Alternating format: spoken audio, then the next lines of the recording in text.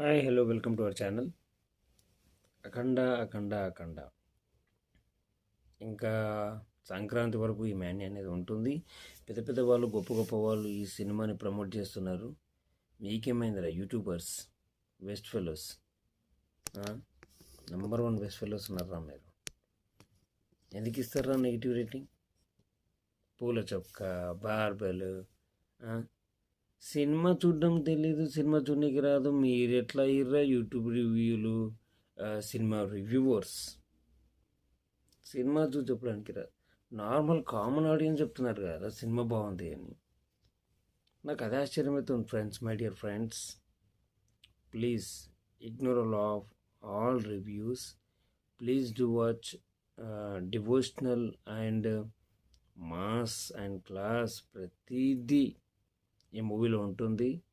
Paytm dogs కొన్ని ఇప్పుడు ఏమంటారు, ఎంత తొక్కాలంటే అంత లేస్తుంది కదా. ఎగ్జాక్ట్లీ ఈ సినిమా విషయంలో ఎంత తొక్కాలనుకున్నారో అంతే తొక్కారు, ఎంత లేవాలనుకున్నారో అంతకంటే డబల్ మించి లేస్తుంది. అందుకే అంటారా, అయినా బ్రిటిష్ కాలం నుంచి సుమారు 1000 సంవత్సరాల నుంచి తొక్కలేనిదే సనాతన ధర్మాన్ని. ఇప్పుడు తొక్కితే మీరు తొక్కాలని చూస్తే ఏమవుతుందిరా మీతోటి? అది కాని పని. అది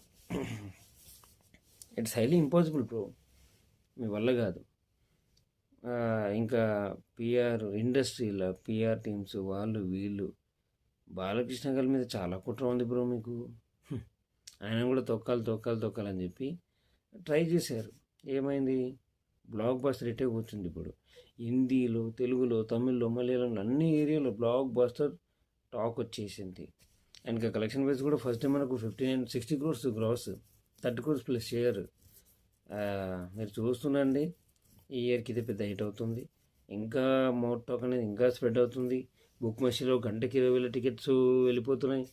this is huge number, huge. అసలు unanimous public talk, more talk అనేది ఎలా ఉంటుందో ఈ సినిమా ప్రూవ్ చేసింది.